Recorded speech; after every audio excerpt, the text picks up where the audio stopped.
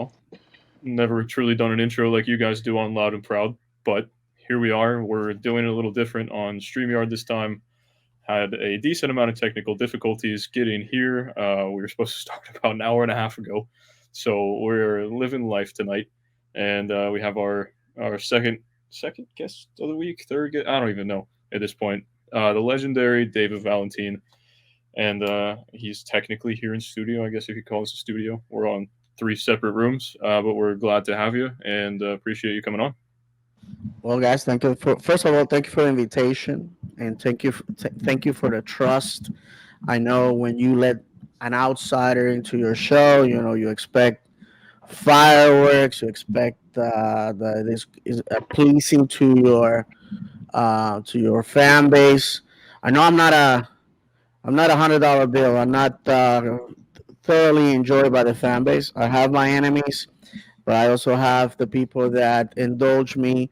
And well, here I am for them. Maybe I will win some of those that all they know about me is my ridiculous name, the legendary David, which I do that because it pisses the hell out of them or most of you, and also more than just 120. What is it? 240 characters and tons of misspellings. Yeah, I think we all go through a lot of that, and you're putting your hand up. So what's going on now? I got a question for you, David. Go ahead, bro. Was that a video of Stevenage fans chanting your name? Listen, if you want me to do that, I can request the supporter group that I'm an honorary member of, the East Terrace, the Barmy Army. I can request that they do that. In Stevenage, listen, this is the thing. In Orlando, oddly enough, I'm just like I don't know, like a cockroach on the corner. You just put up with it. But at Stevenage, I can't do no wrong. They love me. They found out that Daryl Dickey played for Orlando, and he was one of my favorite players. I went to Daryl Dickey, took pictures, and put him on their social media and tagged me. They sent me pictures of my favorite player holding a Orlando City scarf. Who does that? I mean, let's be honest. So, Yeah. if you want that, I will request it. So and the I had the opportunity to watch games with three Stevenage fans this year. One of them, my friend Kai, who you guys got to meet the first time he came down. Then there was Colin and his girlfriend, which came twice. The first time, unfortunately, I couldn't meet with them because I had COVID. And Kevin, who talked to you guys, but I guess the audio was damaged. And Taylor Williams is from Stevenage. Grew up 10 minutes away from the Lamex Stadium, which is the home of Stevenage. So that's the reason why I'm a Stevenage fan, is because of the guys of Orlando City, UK. It's a funny story to just say, real quick. They were talking about Stevenage briefly on Twitter, and I said, if you're gonna support my hometown team, I'm gonna support yours. And I figured that I was just gonna, watch a game here and there. And 2 weeks later, Kevin showed up at the stadium with a jersey. He paid £40 for this jersey, gifted to me. I'm like, who does that for a stranger? I tagged the team. The team retweeted. All of a sudden, I found myself with 250 new friends in Stevenage. Rest of the story. I've been writing. Very similar fan bases, very similar stories. A team that is just punching above its weight all the time. A lot of people hate them for no reason, and their fan base, when they're coming here, they're going to the games. A lot of people have embraced Orlando City as their American team. So that's the beauty of football. That's the beauty of football. And not only that, I also support Maccabi Haifa in Israel, which I guess I don't share as much on Twitter because in Israel, Facebook is the place to go for your football. How I ended up with Maccabi Haifa was, well, first of all, I'm Jewish. I have said that 1,000 times. My father's of Sephardic Jewish ancestry, so that's how I come into the equation. My wife is Ashkenazi Jewish, That's Eastern European. And anyhow, visited Haifa when I was in the Navy. Fell in love with the place. Beautiful women, great food. And a few years back, I worked for an Israeli company, and every morning my time we'll have a meeting, just like most of you guys probably are used to in your companies, and the guys will spend 30 minutes talking about Maccabi Haifa. So I'm like, listen, I'm not gonna sit here quiet. I'm gonna join. I'm gonna start watching the games. So I have, and they have won back-to-back championships in Israel. Really got into Israeli football. Got to see that rowdy David Mateos in Israel. Got to see Carlos Rivas in Israel. I mean, so it's so cyclical. Football, the world of football is so cyclical that some of the people that played here play there. And to go back to Stevenage for a second, Jack Mulvaney played for Stevenage. Uh, uh, Sean St. Ledger, who was here in 2015, played for Stevenage. And we just beat a legend, a club legend, um, the assistant for Nashville. I can't remember his name right now because it was before my time, and Gary Smith, who managed Stevenage as well. So again, it's just the intricacies of football surprise me all the time. Yeah, Yeah, got a lot of connections through there. Go ahead.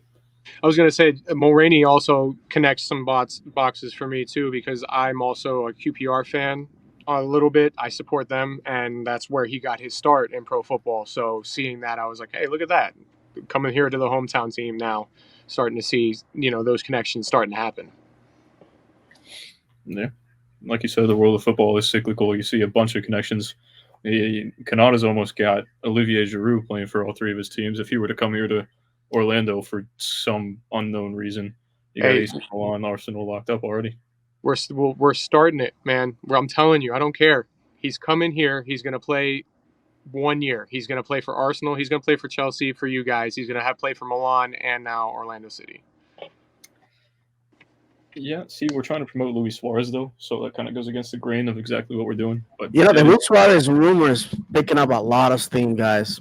And I'm gonna tell you that Ricardo Moreira's tweet last night, "Stay hungry," does not help. yeah, Um, with Suarez, this is the interesting thing that is happening. Argentina and Uruguay are heading into financial turmoil. Argentina is their currency has devaluated 50% of what it was worth last year. It's big. So meaning that whatever your salary is in Argentina only gets you half of what was able to get you the year before. So I expect a ton of Argentinian players coming to MLS. This has a huge impact on Atlanta United with Barco. We're going to talk about that later. And that's the reason why Unión de Santa Fe sold Gaston Gonzalez so cheaply. Even after hurt, they agreed to a $1.5 million drop on his price tag because quite honestly, nobody was gonna buy him. The situation in Uruguay is similar, where the currency is devaluating. People who are professionals, like doctors and lawyers, are getting paid in dollars because if they get paid in Uruguayan pesos the following week, that currency is worth less. And that's why it was critical for Facundo Torres, for him and his family. I don't know if you guys saw. I talked to his dad on Monday, and they're a humble family, and they just flat out they will tell you, listen, while everybody's screaming, "Oh, you deserve to go to Europe," the fact is that Orlando City was offering dollars on time and a better quality of life, and that's basically what they got. So, with that said, my friends, I expect this window, and I know we're going on a tangent. I watch your podcast. I know it's not streamlined, so I'm taking advantage. But yeah, my friends, I think this window is going to be crazy because he was linked with River Plate. A player of his stature is not gonna go get paid in Argentinian pesos. Then he was linked with Cesar Araujo's old team, Montevideo Wanderers, and he's not gonna go back home to a league that may not be able to pay their players coming up this year. Those are facts. So where is he gonna go? Miami can't afford him, and Los Angeles will take a ton of money out of his check in state tax. You go to Orlando, no state income tax, plenty of people that speak Spanish, comfortable weather. That's where you go. And if he comes here, listen, all he has to do is score 10 goals. And we're in the playoffs, comfortable. That's all we have to do. I'll give the microphone to you guys. I So- saw. Go No. ahead, Zach. Yeah. Go ahead. All right. I saw there was an interview that he did. He was either for some reason in Italy somewhere, or it was somewhere over in Europe, and he said that he obviously has offers from MLS teams over here, but he's trying to evaluate if those teams have a chance to make the playoffs or whatnot. As you were speaking on, David, but I think like if we bring him in and we don't bring a Cam in or a left back, then are we a playoff contender with Luis Suarez? Like, yeah, he would bang in the goals more than Carr. Like, Carr's at 7 goals a season, so he's scoring a good amount of goals. But bringing in a player like Luis Suarez, who is not afraid to shoot from outside the box, which seems like every single current Orlando City player is, would change a lot for us. But without another left back or attacking mid coming in, it's just kind of questionable. Well, one thing that we have to remember is that Mauricio is, I believe, on his third extension. He had told the team, "Hey, I would like to go back to Uruguay to retire. My kid's about to start kindergarten. This was 3 years ago, and I want to raise my son in Uruguay, which is commendable. The main reason why he left Russia was because of that. Because he felt, hey, when my kid enters the school system, it's going to be very difficult with the language barrier and everything. But I think, again, with what I mentioned to you guys with the financial situation in South America, maybe he will decide to stay here longer. I would feel comfortable if he had a better contract. That way we know he's here for a particular amount of time. Because as of right now, December is when he can walk out of here. Wilfredo Rivera was supposed to be sort of understudy. As of right now, you guys seen what I posted on Twitter, where Wilfredo took down the Orlando City affiliation on his Twitter account. I spoke with his mom and dad at the game versus FC Cincinnati 2, and I was just telling them, hey, I'm very disappointed with Puerto Rico. This kid is killing it, playing as a 10, as a 7, and I just don't see him getting minutes here with the first team, which is where he signed to. He's just on a loan to OCB, and his dad basically said, hey, well, we want him to get minutes here or somewhere else, and that bothered me because that somewhere else leaves the door open for him to go somewhere else. Some of the Puerto Rican sports press that I have spoken to, they are selfishly looking at, hey, if he goes to a USL team, that's good enough for us. I mean, we're not a football powerhouse. We just want the kid to get minutes. Selfishly, as an Orlando City fan and as a Puerto Rican, I would love for him to be here. That said, excuse me, OCB has suffered greatly. I don't see any other player in that role internally. So, Zach, like you said, I mean, we definitely need somebody to take over for Mauricio, because we don't know. Is he going to walk off? God forbid he gets hurt tomorrow. I mean, we just really don't have anybody. And we have seen when he comes off the pitch in games, like the quality of the game just completely goes out the window, and basically you're sealing the result that you have at the moment he walks off, because you are not scoring, that's for sure. And if the other team scores, then you can't respond. So that's a big question, my friends. That's a big question.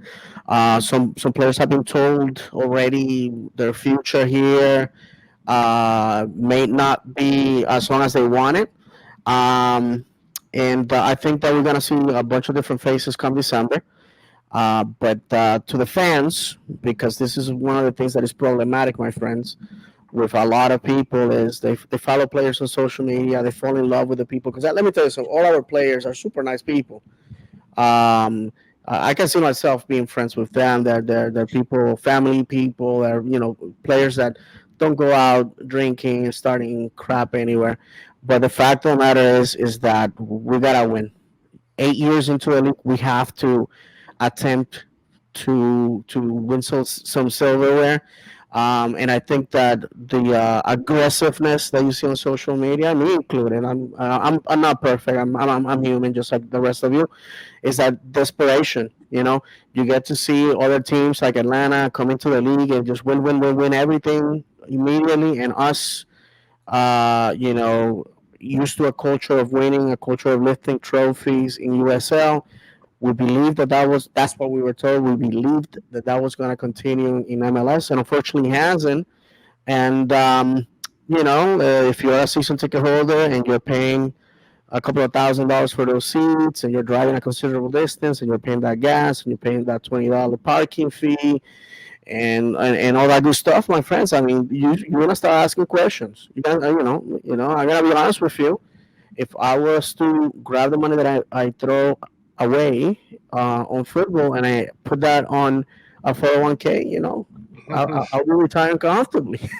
So were you like sitting in our podcast last night? Because I feel like you piggybacked literally everything that you just heard on our last episode, man. Because like we Listen, literally are saying the exact same thing. Like I'm sure these players are great people. I don't know any of them mhm. personally, but I'm sure they're great people. But at a certain point, when you're not fit to wear the kit, you're not fit to wear the kit, and it's time for us to start pushing to win that silverware. Like you heard me say on the last episode, I come from a rich history of silverware in the USL. I know that these guys do too as well. So why have we accepted mediocrity at this point? No, no, no. And I gotta tell you one thing. Excuse me. I'm gonna tell you one thing. That is critical. I'm glad that you brought that up because a lot of people accuse me of, okay, if you bring up the USL era, it's because it has value, but then in another sentence you cannot degrade it, and it's the duality of the situation with USL. I gotta tell you my personal story, my friends. I in 2011, my wife was working for Orlando Health, and at the time I had a job where I traveled the Caribbean islands, the southeast. I was never home. I was making a crap load of money, but at the same time, I was not being a father. I was not being a husband. I was very depressed, and I came home one day, one Friday from the airport, and my wife hands me 8 tickets. Says, "Hey, do you want to go see a soccer team this Saturday?" My answer was like, "Yes." And I said, "Who? Where?" And she said, "Well, the hospital sponsors a soccer team." And I'm like, "What the hell is the hospital doing that for?"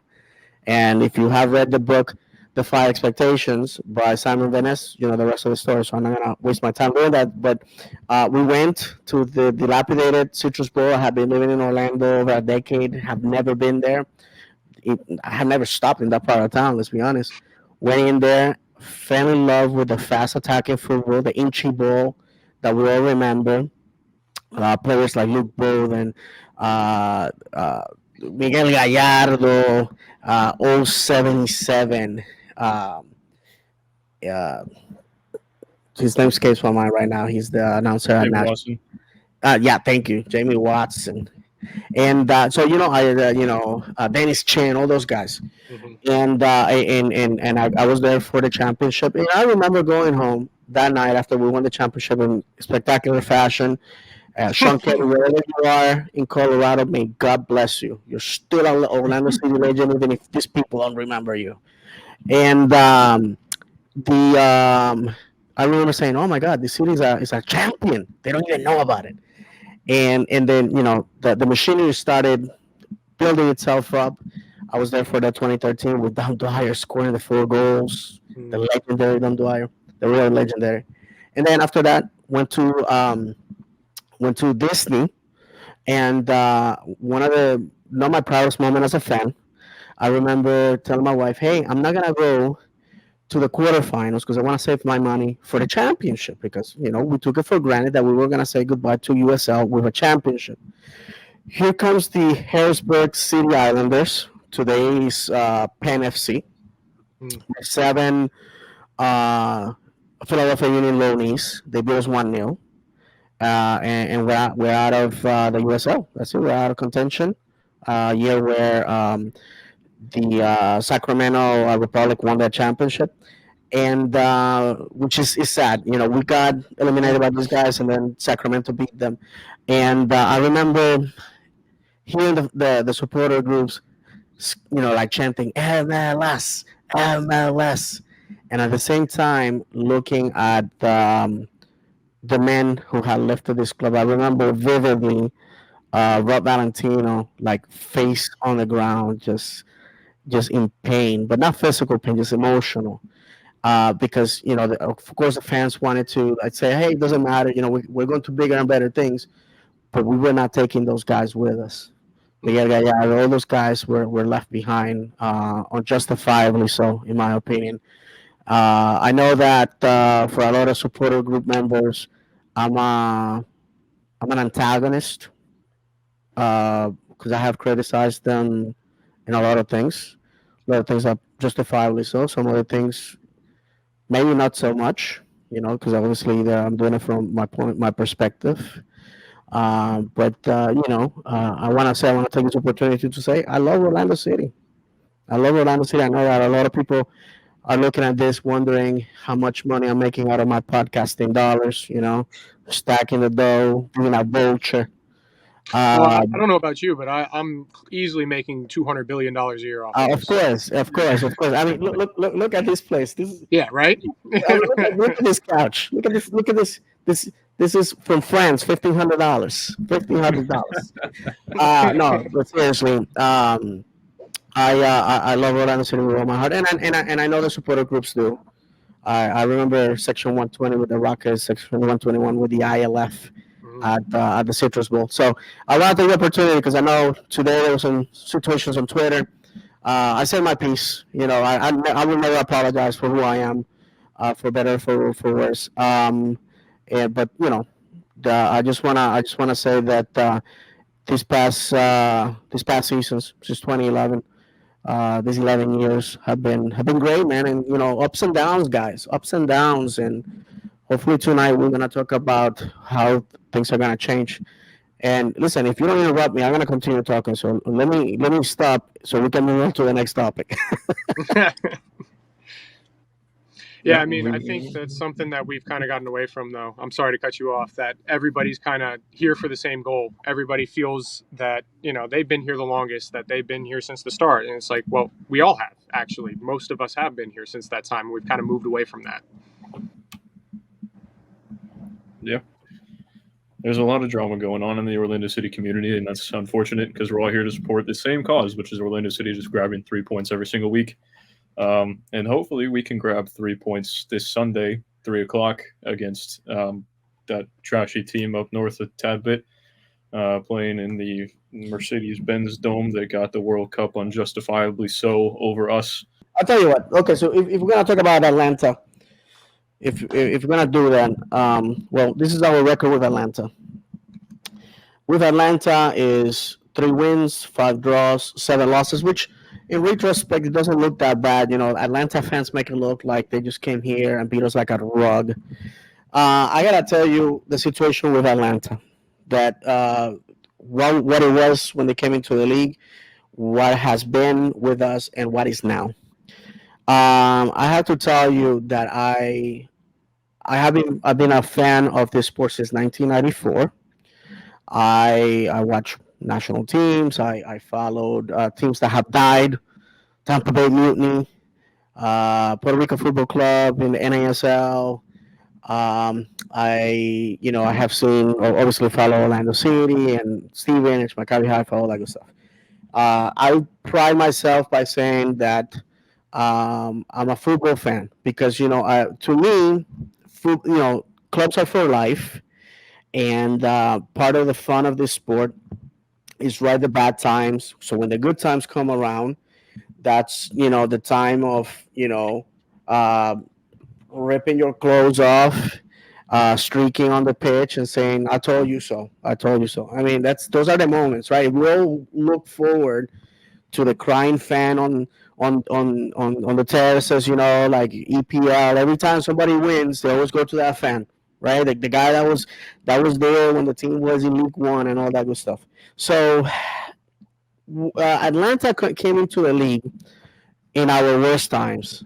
We just brought in Jason Christ, who, in my opinion, will go down as one of the worst managers in MLS. Fact that he has not received the fact that other teams are doing so bad, they will choose not to roll the dice with him, and tells you how bad he is. I never understood why, if New York City got rid of him year one, why we had to get him.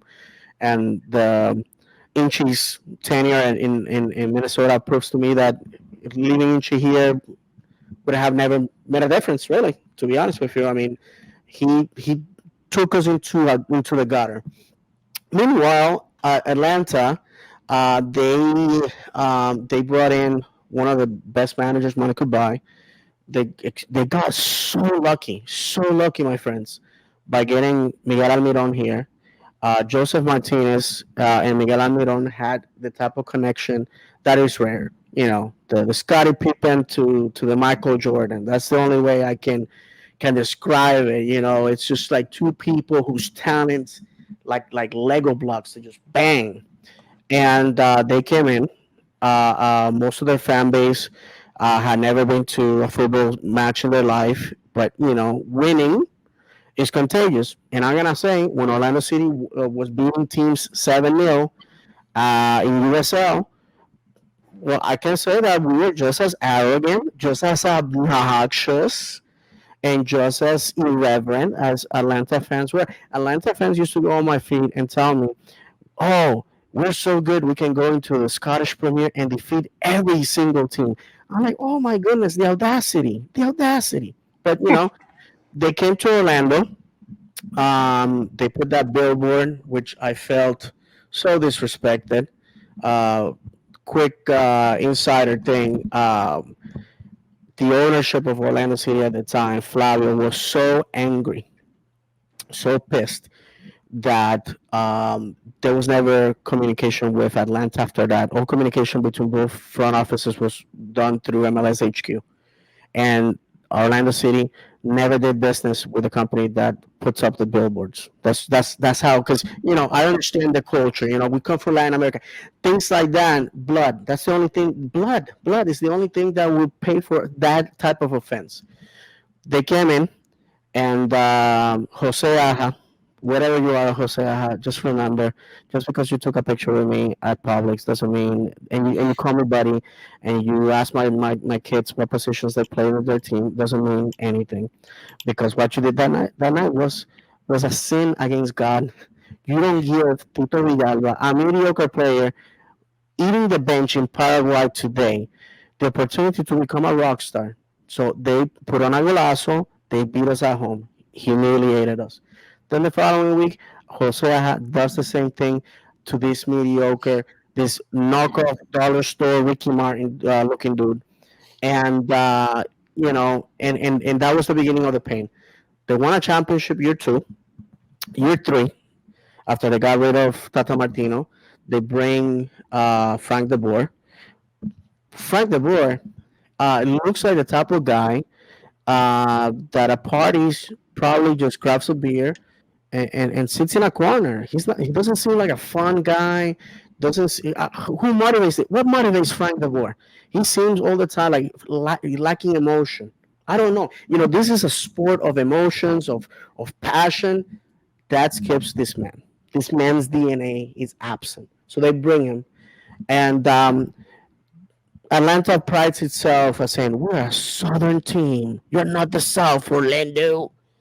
And of course, I guess somebody missed the memo of that, because they put him in the Midwest pot in Open Cup. They defeat a very bad Columbus, a really bad Cincinnati. Then they defeat Very, very good. St. Louis, still a USL team, and they come to us. And this is where James O'Connor, once again, pulls at my heartstrings because what he did that day was unforgivable. You, at that point, put your best 11. You have the opportunity to win a championship in a really bad season, a really bad era. What do? You reward Greenwich and all these guys that are third stringers to be on the pitch. Atlanta United comes with their starting 11, their MLS starting 11, and they kicked our teeth in. And I was there. The only good thing about that night is I was able to tell uh, Jason, what's his name, Maram, what I felt about him face to face, and he decided to walk away. On Twitter, he told me a bunch of things, but when he saw me face to face, he looked like a scared little kid. Justin, we know you pissed yourself in downtown Orlando, and we will always remember you for that. You're a lying sack of trash. So that's basically what has happened since 2020. They missed the playoffs in 2020, 2021. They make some changes. They fired the Argentinian dude they hired, who wouldn't let them drink water, and then they bring as intern or take caretaker manager, as I like to use the British term. The legendary, the true legendary Rob Valentino. Rob Valentino, in my opinion, should have been given the opportunity to be a manager for Atlanta. They came to town, and if it wasn't for the brilliance of our Captain Nani and for Sylvester van der Water spending all the talent he had in his Dutch body that night, um, we could they could have just humiliated us once again. And to come from Rob, it would have hurt 10 times worse. But he manages to pull a team out of the gutter, put them in playoff position. Pineda comes in, takes over the team, and takes the credit for everything that happened. This year, we are seeing the real Atlanta, an Atlanta that had to go and get three former Orlando City players that are not doing that great. The John, love the dude, Jersey boy, love the kid, really do. Personally, nice guy. He's not a great player. Don Dwyer, Dom, we will always have that night in 2013. The fact of the matter is, nostalgia, the idiocy of a front office that did not know where they stood is what brought you to Orlando on a contract that was criminal for this fan base. $1.5 million, no trade. We had to bring his wife over too. I mean, listen, Nicky Budalik needs to be in jail, in my opinion. And lastly, they had that kid, Ambrose, who I don't even think is making the 18 these days. So that's what's going on. I have seen Atlanta United. I can tell you right now, they are worse than Orlando. That's the beauty of this. They are broken. They are rudderless. They don't know what's going on. Jack Moraney asked to be transferred out of Atlanta because he saw Atlanta as a sinking ship. What is going to happen this Sunday in prime time on Big Fox? What do we need to do? If you ask David Valentin, the humble fan, I believe that we need to do one thing that we all can agree: shoot on freaking frame. Yeah. That's what we have to do. Yep. Shoot on frame. We're gonna get a reflection. We're gonna get a corner. We're gonna get something going on. A handball, something. We just have to do it. The kid that has taken over for Gusan is not that good. If you guys, I have seen every single game of theirs leading to this one, and this is a really, really, really bad Atlanta team. And with this, I conclude. But we said the same thing about DC, my friends. We don't talk about that And, game. and you saw what happened. And again, Orlando has the tendency of making really bad teams that their seasons are dead. They manage to be miracle workers. say, "Wake up and come out of the grave." So hopefully this Sunday, because I'm gonna be at the personally, I'm gonna be at the watch party at Tin Roof. I invite every single one of the listeners to be there. It's a fun time, and this time you get to see me. You get to shake my hand. You get to tell me personally how much you hate me. Imagine that. Football, drinks, and telling that fat Puerto Rican guy you hate on Twitter that he sucks. I mean, you cannot beat that. So yeah. So I don't know, guys. What you guys think? I mean, I'd have to agree with what you say about Atlanta. From what I see, I feel like they don't have direction. They don't really have idea of who they are currently at the moment. They're just trying to capitalize off of their big name players, and it's really come to light this season that now they don't have any role players there to play those roles for them. Um, they're just relying on Josef Martinez and those guys to score for them, and it doesn't consistently happen. Um, but like you said, if it's time for something to happen, then it's going to happen against Orlando City. So we, knowing us, are going to go there, and we're not going to shoot. We're going to try to walk the ball across the touchline. We're going to allow them to press us and pin us back deep in our half. So because I think that's key for us too, is not getting pinned in our own half against Atlanta and allowing them the opportunity to get those looks and those chances. If we sit them back and put them under pressure, they will crack eventually. Yeah, I don't disagree. I think, if I'm not wrong, Joseph Martinez just came back from injury a couple games ago. Haven't kept up with Atlanta a lot. Who cares? Yeah, I mean, yeah, he can score, but if he doesn't have those players around him like the Almirones anymore to get him the ball into those positions for him to score every single tap in goal that he's ever scored, I I I can't say that I don't see them as a threat because DC scored 5 on us. So every team is currently a threat to us. But this is just a match that we have to go in there, dominate away in a hostile environment, just get through that part of it, get through that mental block, and then just win, pretty much. And if I'm sorry, guys, if I cut off anybody, one of the things I wanted to add, Sergio Ruiz Torres, who's the Spanish voice for Orlando City, told me once something that I continue to use and share because it's the wisdom of somebody that has over 20 years of in football. The man has seen it all, and he said, always remember your worst night in the season, maybe the opponent's best night. And that's why the situation with DC United, I don't take that too hard. Ricardo Moreira said to me once, "Never let win get to your head and a loss to your heart." And you have seen me probably repeat that on Twitter many times. If you talk to people who are smart and they know football, they're gonna be throwing a lot of nuggets at you that when the situations happen, you take it as being part of the game. You're not gonna win every game. I remember talking to Fernando de Arguila, who was the original OCV manager back when we brought OCV into USL League One. And I remember asking him, well, what's the first thing that you look into a player? And he said two things that are of quality in a player. Number one, what does he do without the ball?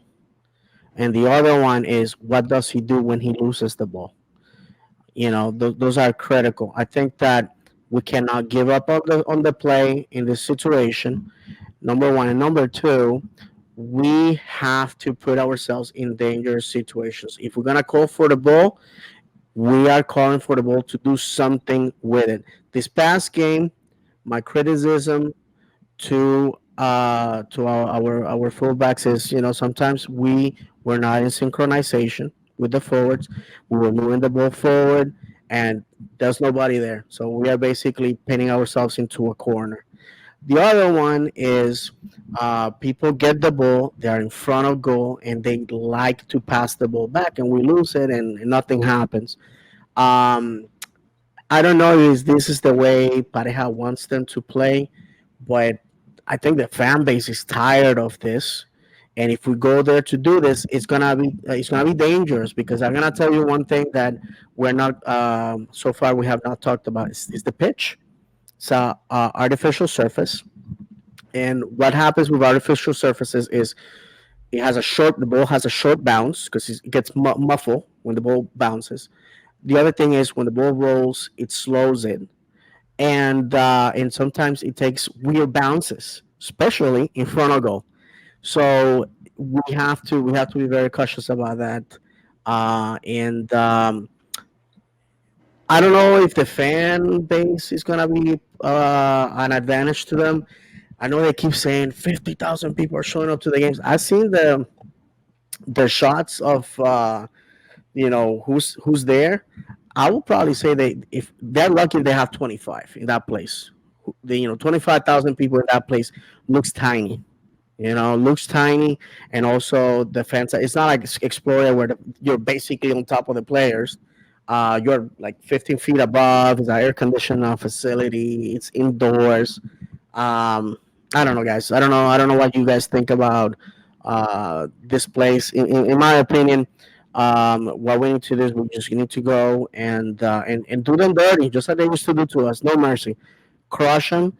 If we defeat them, I'm here to call it. I don't think they're making the playoffs if they lose to us, not this time. Because one of the things that I would like to point out to you guys, because I'm a numbers person. No, my wife is a math teacher, so I guess I learned something. Uh, statistically, 50 points is what gets you to the playoffs. That's the magic number. You get 50 points. The last 20 years of MLS, this is a guarantee. You get to this number, you're gonna make playoffs. Today, Orlando City has 28 points. There's 12 points on the table in the remaining games in the month of July. That's not obviously including Open Cup and the friendly that we have against Arsenal. Um, the target to get to the 50 points is 22 points that we have to earn. As of right now, as of the recording of this podcast, we are 5 points away from the leading team in the East and 11 points away from the Shield. That's LAFC. So guess what? We get 12 points. We win these three games this month, and there's gonna be reasons to get happy about. But that's all on the boys of the 407 if they want to step up to the plate. I think we let these two get some words in because y'all have barely talked about anything. It's been so hard to hear because of this Wi-Fi. Gotcha. We're just talking about what we have to do to win in Atlanta. Well, one of the few things that I actually heard throughout that whole thing was you talk about getting the ball in dangerous positions, and we see that happen sometimes. But what we really need is for someone to pull the trigger. Like we've seen Facundo be in a position to shoot right outside the box. Same with Mo. Same with Kara. And ultimately, we've seen them, try to play a side pass or back pass, and it ends up nowhere. And that's where Atlanta can really kill us, where we try to play that tiki-taka once we get that first back pass. We play that tiki-taka, and then it's either a stray pass or someone tries to step over, they intercept it, and then they're driving straight at us with numbers coming at Schlegel and Janssen. Carlos playing well. Yes, well, I'm talking about like the past couple games. It's been them running at Schlegel, running at Janssen, and that's where you would see potentially Josef being a problem in the counterattack. Thoughts, Bryce? I just think we need to play more simple. Yeah. We're always trying to make 1-2 extra passes, just shoot the damn ball, and or put in a dangerous cross in the box and look what happens. Yeah, pretty much. You get that mistake from Damian Lowe, who was snubbed from being in the MLS team of the week, in my opinion, to be honest. Let me tell you something. Did you guys know that he's a former Tampa Bay Rowdy player? I did not. Oh, that's Now just you beautiful. know. That's great. That's just Now you beautiful. That is perfect. You love to see two of our rivals, and then he does that. That is he's hit the trifecta of Atlanta then. Yeah, for sure. Hey guys, I would like to point out something here. This is the results of Atlanta's last 5 games. This past Saturday, they got clobbered at home by Austin 3-0. Probably, in my opinion, one of the most embarrassing games they ever had at home. They just things just did not go right for them.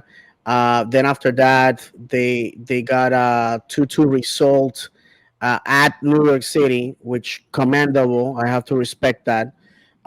They lost to Red Bulls 2-1, and they lost to Toronto 2-1. And last, they defeated Atlanta, Inter Miami at home 2-0.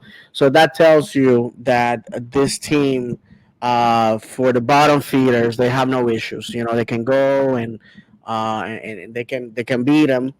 But they can also, if teams of quality can go and kick their teeth in if they have to. But also, they can pull miraculous uh, results, as you can see with New York City. In my opinion, New York City just let them get away with it. I saw that game. I have my opinions of New York City, as you guys know. I think it's an abomination to our league. Thankfully, we're playing them at home, and I'm making air quotes at Red Bulls Arena this year, so we don't have to go and soil our boots in that place. But yeah, like to go back to what everybody has been saying. One of the things that I think this week will do psychologically to his fan base, it was we need to start exercising our demons, and I think people need to start believing that we can do it. One of the things that breaks my heart is when you talk to Orlando City fans, and you feel hopeful, and people say, well, it's July. It's the summer of sadness. We have heard this before. Listen, um, that we're the underdog against Red Bulls for the Open Cup. Absolutely. That history says that they have a higher chance to win. Absolutely. Am I gonna show up to support my team on a Wednesday night when I have to work the following day? You better believe it, because that's the beauty of football. You never know. Football is cruel and unpredictable. I tell that to anybody that has ears, because it is. If you do not believe that, then you were not watching the game this past Sunday morning between Orlando and Miami. How cruel is that for Mr. Lowe? And I'm gonna take my hat as a fan right now. That guy was devastated. My heart goes out to him. So, young man just trying to make it in the world, and he creates that situation. That's the type of situation that can get you kicked out of a team. Like, we don't need this guy. Get out of here. Mhm. You know what I'm saying? So football is like that. You think, hey, oh, example against Nashville, my friends. If I can go back a few games just for to give an example, we were supposed to lose that game, but once again, football, cruel and unpredictable. We tied it. We took it the distance, and guess what was left at the end of the game with their jaw open and flies going in? Nashville. They don't. I remember Orlando City fans leaving and then demanding to be let back in. I mean, it's friends. It's this sport. It doesn't seem to amaze me. And our club, to be honest with you, it's such an enigma at times that you cannot discount us. At the beginning of the season, I believe, Zach, when you came to our podcast, when we invited you, I believe in that episode I had said to the fans to have faith in Pareja, because we were going to lose games we were supposed to win, and we're gonna lose games. Well, sorry, we're gonna lose games that we were supposed to win, and lose games. Well, you understand what I'm saying. Yeah. Lose games we're supposed to win, and Games you're supposed to win win, games and games that games we're you're supposed supposed to to lose. lose. Yeah. So yeah, I thought it was super cool, and I fumbled the bag there. So anyway, so yeah, so sometimes on paper you think, hey, if you would have told me, hey, FC Cincinnati is gonna sweep you, if you would have told me DC was gonna nail 5 at home, I would have called you, hey, you're crazy. But if you would have told me, hey, you're gonna send Philadelphia, Nashville, packing at home. I would have been like, that's crazy, but we didn't. So you know, like I said, you gotta keep the faith. That's part of the fun too. You know, the unpredictability of this Hmm. beautiful. Yeah, that's you got your saying of football is cruel and unpredictable. My thing is that I took from the great show Ted Lasso is it's the hope that kills you. So I'm kind of the opposite way. I'm like, if I get my hopes up, then I'm just gonna end up being sad, and I'm gonna dip into that summer sadness, whatever it is. Because we've talked about that the past couple episodes, and it's just it does seem to happen every year. But if you have that faith that this one season everything can turn around, then you may get hurt, you may be surprised, and we may actually make it out of the mud and then get through this little rough patch that usually seems to happen every year. Um, I think we're about to wrap the episode up, but first we want your score prediction from this match on Sunday against Atlanta. I'm gonna be honest with you guys. We have not scored a lot of goals. We have that difficulty. I think we can all agree that we are not the high scoring team. The game against DC was an outlier, and we still lost that game. I think Mhm. it's going to be a 1-0 result. I think it's going to be coming from a set piece because in transition, we are not very good.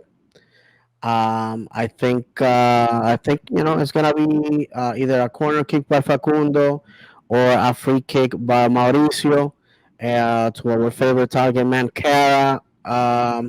And that's how we're gonna win this one. Defensively, we are doing a very good job. I just don't think that Atlanta has an answer for Cesar Araujo.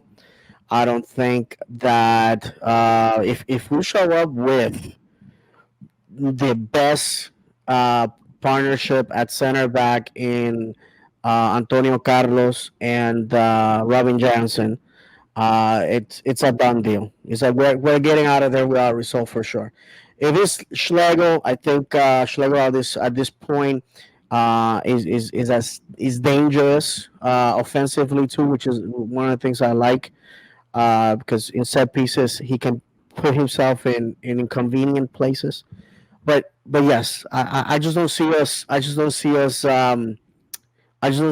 scoring more than one goal. I think that would be honestly the expectation from here on forward, unless we solve our problems by signing somebody this window.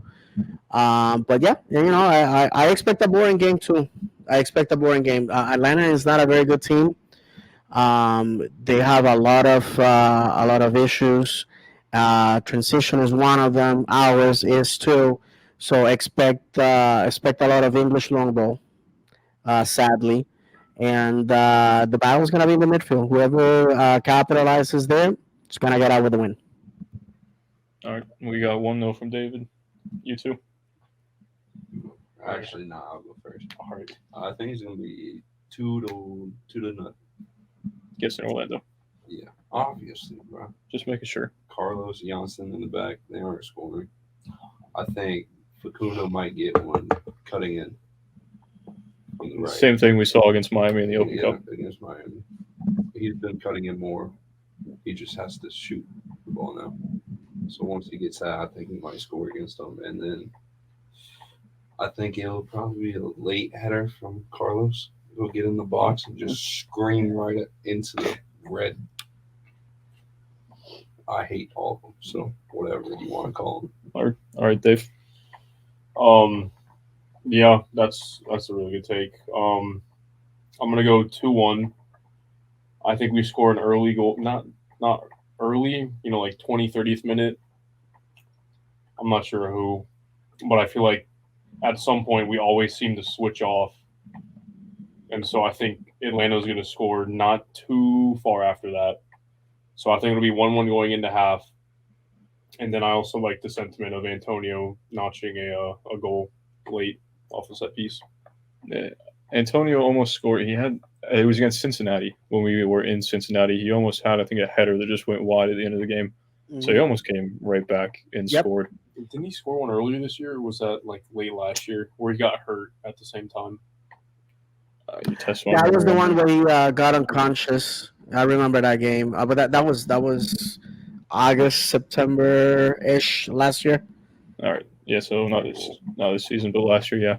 First, I think I kind of agree with you, David. I don't see us scoring really more than one goal. If we get two, I think it'll be not to say lucky, but we'll have to be fortunate in that because seeing us try to attack against Miami was it hurt.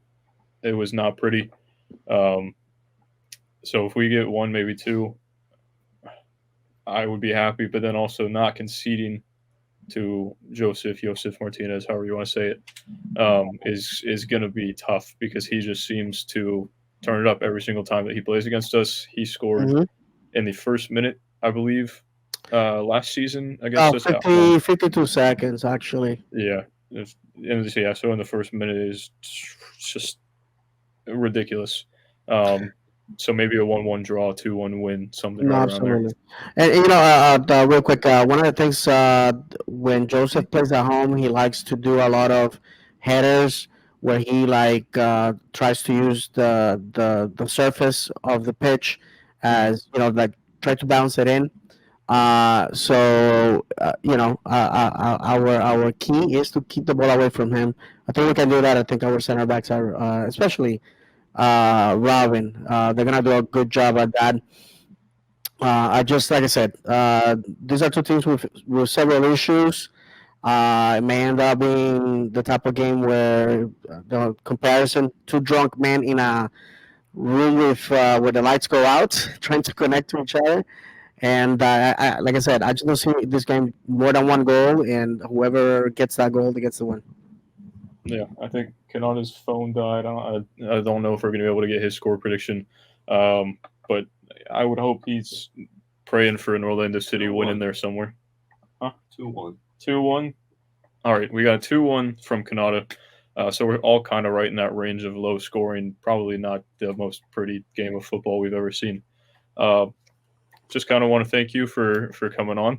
No, It's been absolutely, absolutely. great Thank time. you guys for the opportunity. I can be found at Florida_man76 on Twitter. At your own peril, follow me, and also my YouTube channel where I don't know, I vlog about this beautiful team of ours, the legendary David on YouTube. So give me a thumbs up, give me a follow if you will like and support a fellow Orlando City fan. Yeah, also go check out his podcast he does with Oh, that's another right. fellow I'm Orlando City Orlando. fan. Yeah, go for it. Yeah. Monday nights 8:30 live. Yeah, there you go. Go watch him live Monday nights 8:30. Yeah, we've got a decent amount of content for you guys coming out this week, so we're happy to do it. Spending a lot of time. This isn't the obviously greatest quality podcast we've ever done, but we're making it happen. So again, thanks David for coming on, and we will see you Sunday for the watch party. Absolutely. Vamos Orlando.